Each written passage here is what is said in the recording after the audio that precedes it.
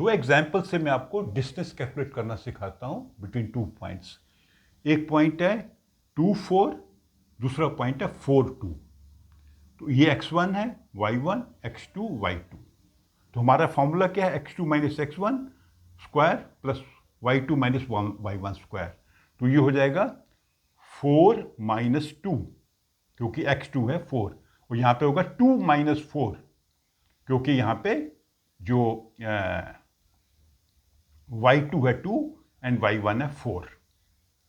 तो ये हो जाएगा प्लस 2 स्क्वायर, ये minus 2 square, that is minus 2 square भी 4 ही होता है। 4 प्लस 4 इज √8। इसको हम स्प्लिट कर सकते हैं 2√2। तो ये डिस्टेंस है बिटवीन टू पॉइंट्स जिनके कोऑर्डिनेट्स हैं 2 एंड 4 एंड 4 एंड 2। तो आपने ध्यान रखना है कि किसको x1 है, कौन सा y1 है, कौन सा x2 है, कौन सा y2 है। ओके, सिमिलर पॉइंट है p -2 -4 -4 -2, ये सभी कोऑर्डिनेट्स नेगेटिव हैं। तो ये x1 है आपका, ये y1 है, ये x2 है, ये y2 है। आपने यही वैल्यूज जो है इस फॉर्मूला में लगा देनी है। -4 -2 ये फॉर्मूले का माइनस है, -2 -4 ये फॉर्मूले का है। ये कोऑर्डिनेट नेगेटिव हैं इसलिए माइनस लिखा।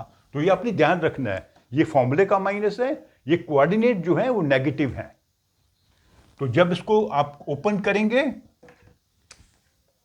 तो ये हो जाएगा +2, यहां हो जाएगा +4, क्योंकि माइनस माइनस प्लस हो जाता है।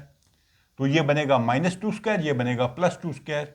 फिर अगेन -2 स्क्वायर भी प्लस होता है, 4 + 4 √8 2√4। इन दो पॉइंट्स के बीच में भी डिस्टेंस सेम है। तो डिस्टेंस हमारा हमेशा पॉजिटिव आएगा, ये ध्यान रखिएगा।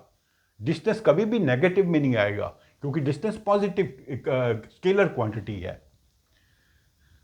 तो आपने जब भी ऐसे क्वेश्चंस कैलकुलेट करने हैं तो सीक्वेंस को ध्यान रखना है। या तो आप x2 में से x1 घटाएंगे, फिर y2 में से y1 घटाएंगे, या x1 में से x2 घटाएंगे और y1 में से y2 घटाएंगे। दोनों मेथड में आपका सेम आंसर आएगा।